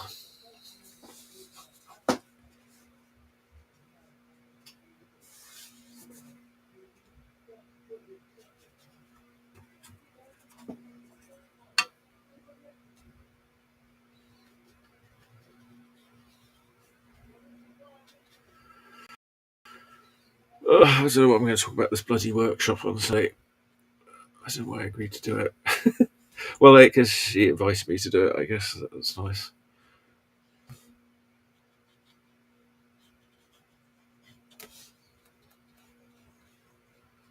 I'm sure you'll do great.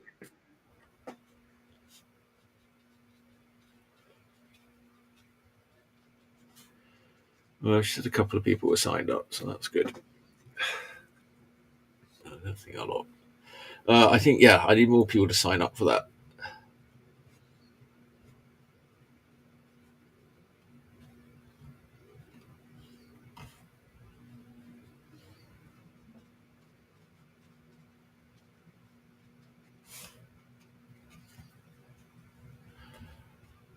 Trouble is, I haven't taken a lot of artistic training myself, so I'm a bit confused about what to tell people. All right, but I did teach cartoon art club at your school for a while, so I did get some experience. But mostly that was just like me making stuff up as I went along again.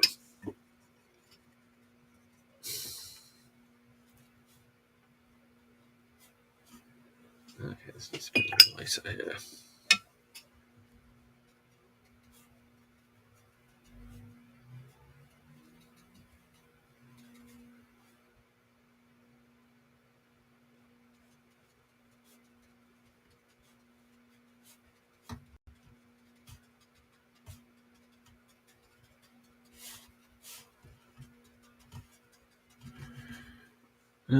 Time check.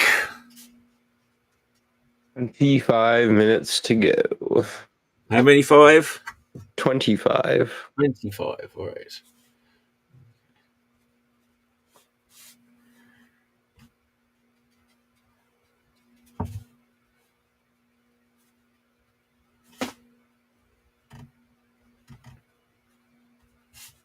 Probably somewhere in Italy. Italian.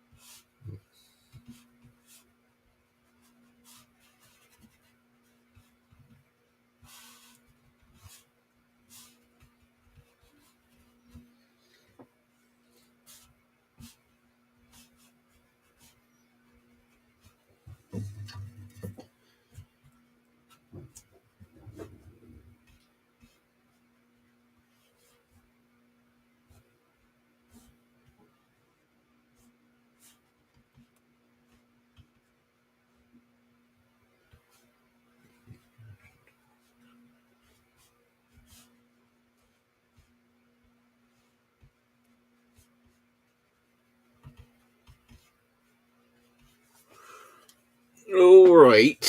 Okay.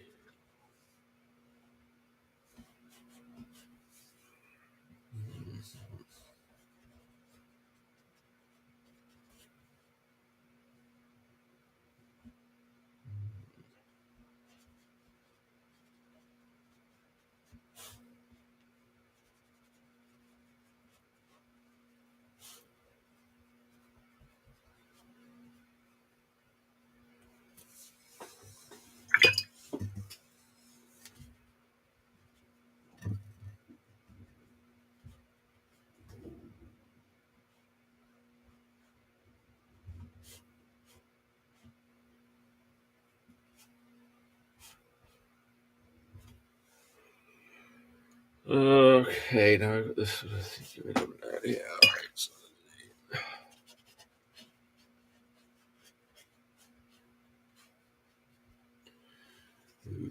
on there. All right, this needs to be it.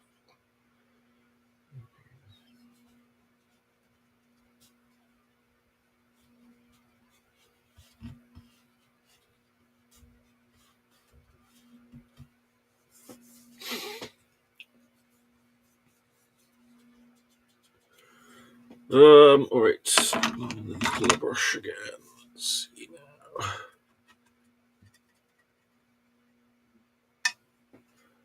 I don't know. I don't know if it's just 'cause I grew up using all organic tools, but just seems to me it's like way easier to sort of get your tones and colors right. Just a bit of water and a bit of paint, and you squiggle it, and you get what you want. The computer is very sort of mediated. If that makes any sense. Mediation. Well, there's this sort of thing in between you. You're sort of got the computer programmers between you and the tool. Yeah, I understand. I understand it. You got to go to these great lengths to get something that can be achieved very easily. That's complicated. But I've totally grown up with computers, so I mean, I don't know what to tell you. I mean, I was there from the get go.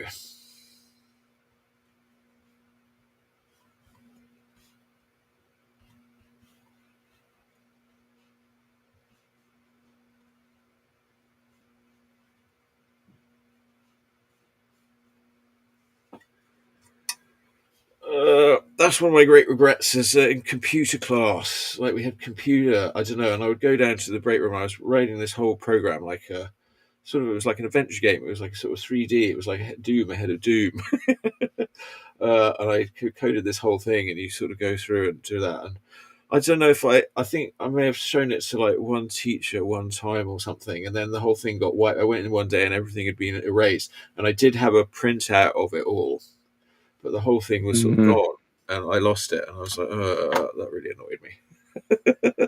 That And is I don't know, I annoying. might still have the printout somewhere. I haven't seen it in a long time. I mean, I think nowadays I could probably finally sort of scan. I never wanted to sit down and type it all bloody in again, but I could probably maybe there's a way to sort of get it scanned in and make it run. Like OCR is pretty good. It was a computer printout, so it was quite clean. Um, that's so annoying.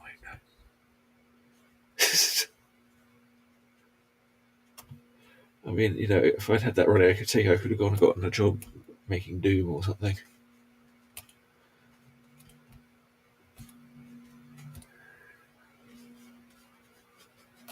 As it was, I had nothing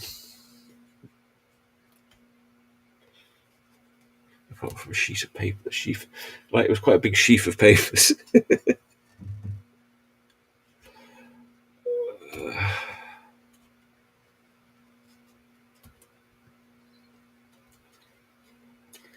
It was based on this like pen and paper you used to play. There would be like a grid and like a sort of dungeon map, and you went through. And I mean, it was almost like a little sort of pre D&D game. And you were going through looking for the. Well, I made the theme like Ghostbusters, so you were going through looking for the ghost, and so you'd know if you were a space away from the ghost. And there were things you had to pick up a vacuum cleaner to vacuum up the ghost. And I can't remember. There were a few other things, and I kept sort of building on it. And then at some point, like, so I sort of done it as a sort of text game, which is sort of how it was originally played. But then I figured out how to do it like graphically. So, like, I did actually sort of draw all the walls. You could sort of see it, the graphics, everything would pop up.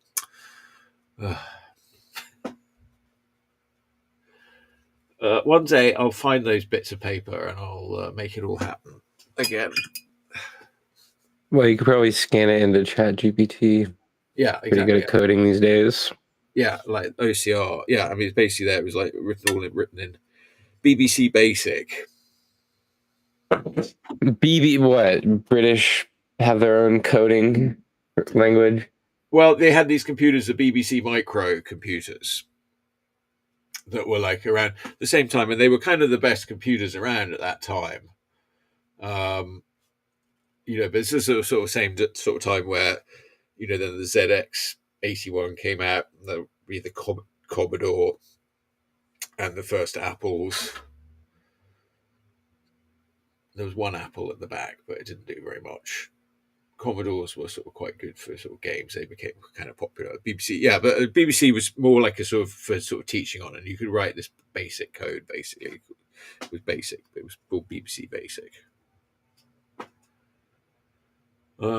Yeah, I don't know why it was BBC. Just something to do with government funding, I suppose. Very British. Their own coding language. Yeah, yeah. I've never really looked up at all that, like the ins and outs of all that. All right. What else can I do to make this better in the final minutes? Quite good. We could have done some more figures walking about. Sort of looking okay. Maybe I just need to do a little more darkness on her. Let's have a look.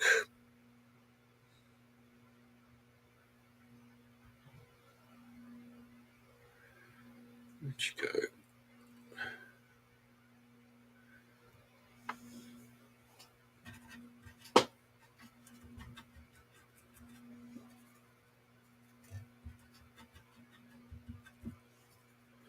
So yeah, if I put a bit more black on her, make her pop out a bit more, bring her to the foreground.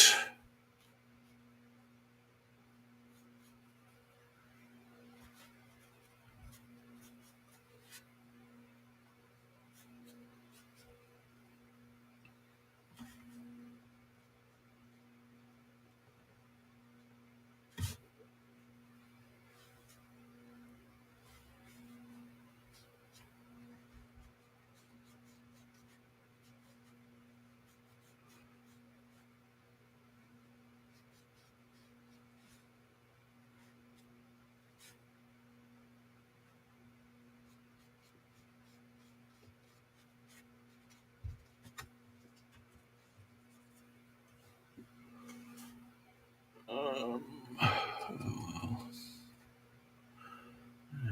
okay, we should have some white in places too.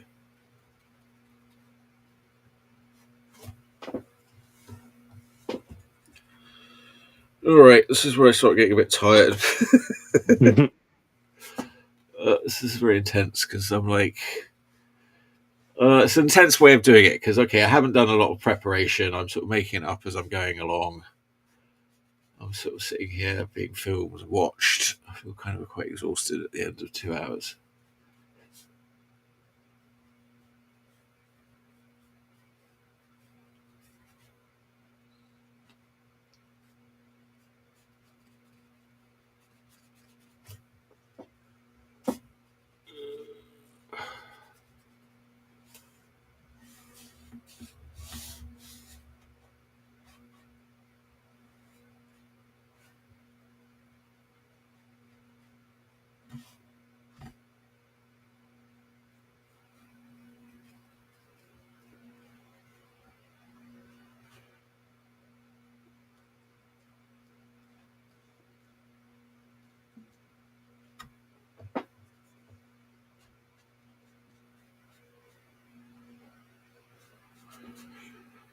No Dale to go on about all his shopping experiences.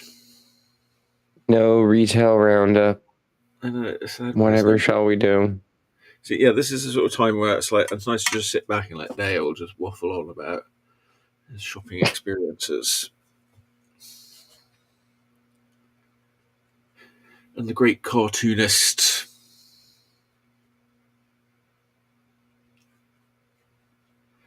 I guess he never heard the expression "the show must go on."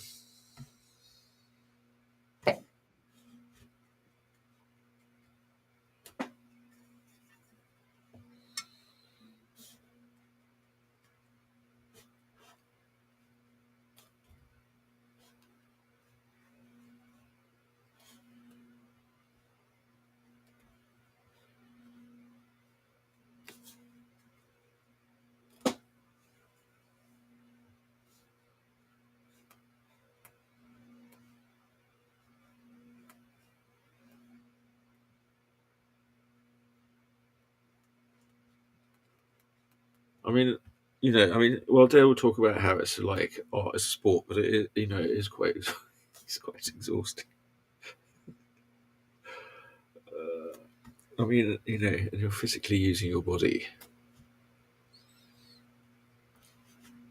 I mean, okay, I'm not going for a run, but I'm not very good at running, as we have noticed.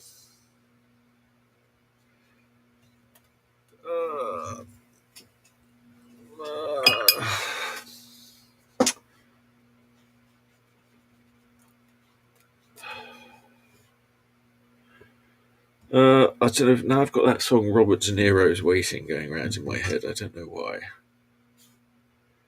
I think it's Were because you thinking about Robert De Niro, Frankenstein? I was thinking about Robert De Niro, Frankenstein, and then I was thinking about like that this is Italy. Like this is probably Italy, this place, or somewhere like Italy. And so one of the lines is like talking Italian. You're talking Italian. Robert De Niro's waiting. So I guess that's how it's all coming together in my head. Shut up, voices in my head. I'm trying to work.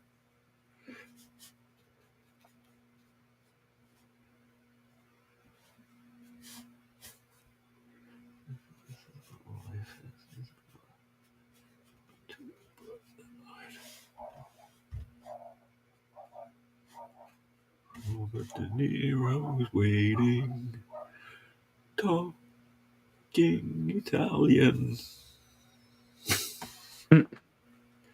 Who sang that? I think it was Bananarama. That was one of their other hits.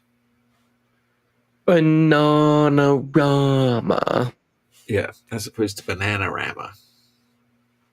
Bananarama. Bananarama.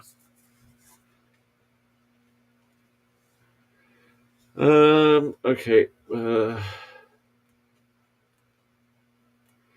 Robert De Niro's waiting, talking Italian. I'm so musical. All right. That'd probably be better off so I was more musical. I thought about taking singing lessons, but it sounded like a pain in the ass.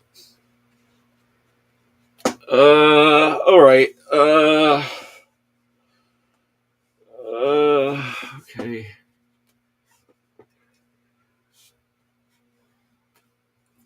How does it look on the screen? It looks a little washed out on the screen. Oh yeah, I can't tell how it looks on the screen compared to real life. I think it looks pretty good though. Looks fine. All right. Well, it's okay. It's not one of my favorites.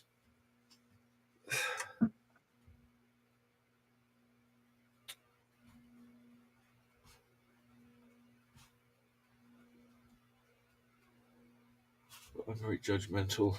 Yeah, I don't know. Maybe you need more detail on the like side roads. I don't know.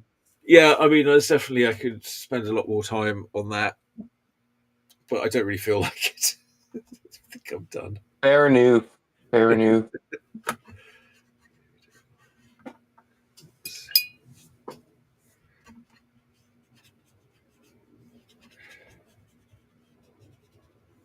I mean, yeah, okay. I should probably. There's probably like I should be doing. Okay, there was something I didn't think I was going to do.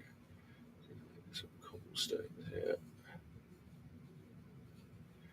Well, the thing is, okay, not that I'm completely devoid of digital tools because I'm a computer nerd. So I mean, the thing is, like, you can do like a little watercolor, and then you can scan it and take it into Photoshop or whatever, and then you can like boost it up, and you can sort of keep a lot of that like nice analog Photoshop, analog watercolor stuff you did, but then you can tweak the colors a little bit, and I mean, or the contrast, or you can sort of airbrush over bits and stuff like that, or boost it up. So there's lots of sort of things you can do to do it. But if you start with a nice watercolor base, it'll keep that look. So I would say use the computer as a tool. If you find it's more fun just drawing on the computer, and I see people doing amazing things in like Procreate and all this, but it's like all that. It just seems really complicated.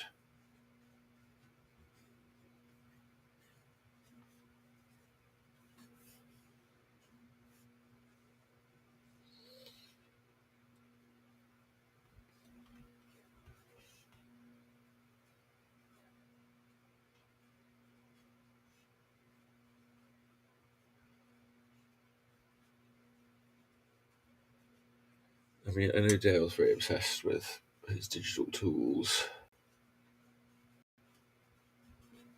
but it's not really about the tool.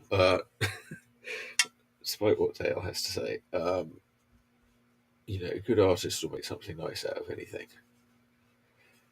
Stick in a piece of mud. That's all you need. All right.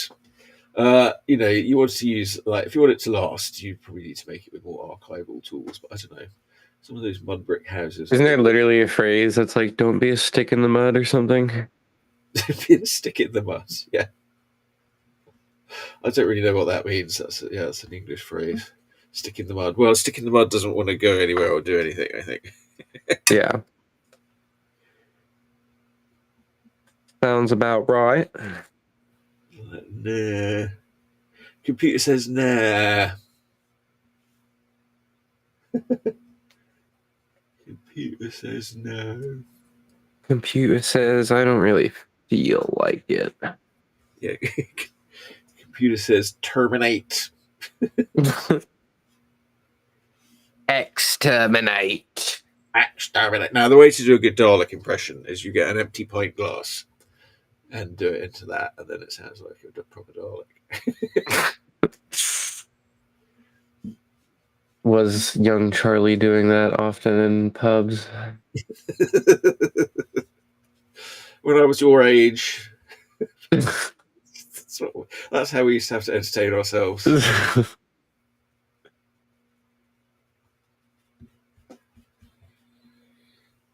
There was an article in the Independent that I sent Maria because she was sending me various articles about the evils of weed, but it was saying that people who engage in binge drinking when they're young correlates to being more successful in later life. But I think that's more just like, okay, because they're more social or something. Failing upward. Well, I just think, well, I don't know, there's part of success is being sociable. But, people who go into art and drawings, usually because they're not sociable, they want to just sit around and draw and not talk to anybody.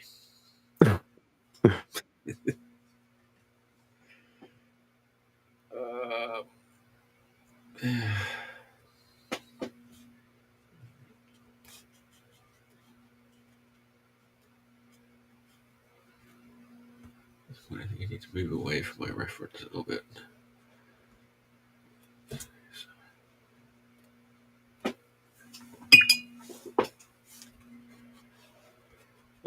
Yes, so watercolors, we sort of can keep building it up and building it up until, but all right, there's some point with watercolors you need to stop because they usually, there's a rule of thumb with watercolors is they're done about 10 minutes before you think they're done.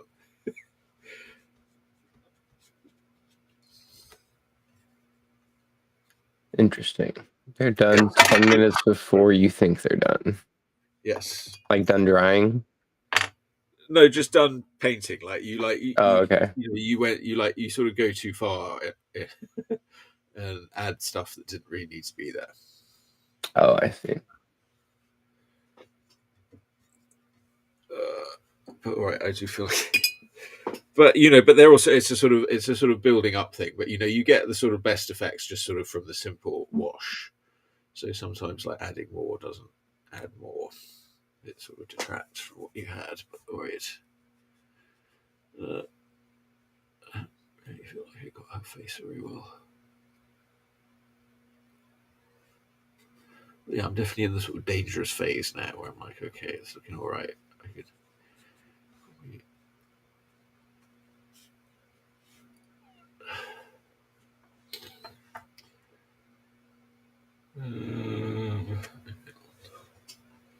Little areas of dark.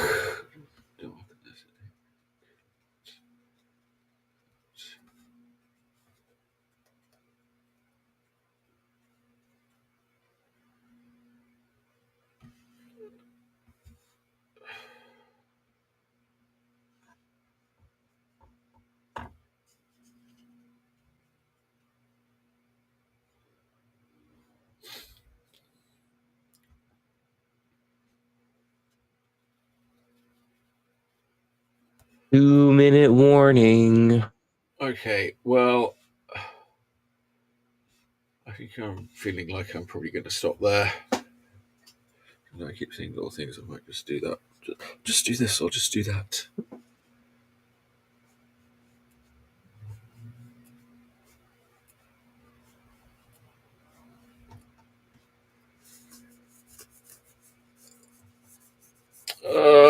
All right. Better call it.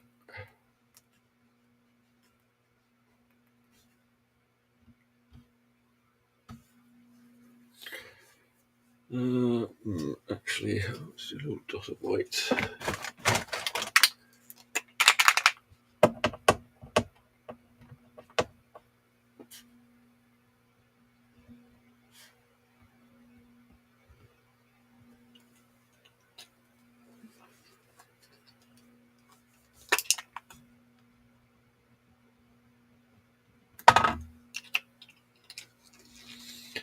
Okay, that'll do. I'll do. That'll do.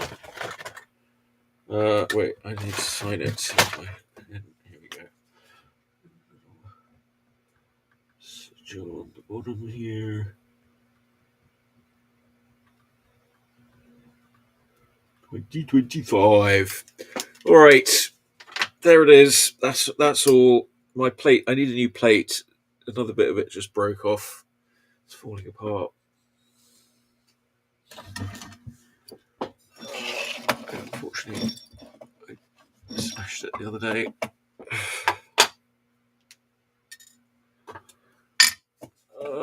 Okay. Ooh. What am I trying to get to? Something like that. All right. All right. Actually, that's quite a good layout. All right. Well, okay. Before I forget, come to my workshop. Creating cosmic cartoon characters and launching them into the multiverse. That's me with Chuck Whelan. Sunday, that's tomorrow, at Sour Cherry Comics at 3187 16th Street. That's at Guerrero, San Francisco, 2 to 6 p.m. I don't know if I'll be there quite as long as that. We'll see. Depends how busy it is, I suppose. I won't be there. I only need to get there about 1:45 apparently, so I don't want to get there too early. All right, so that's where I'll be tomorrow afternoon.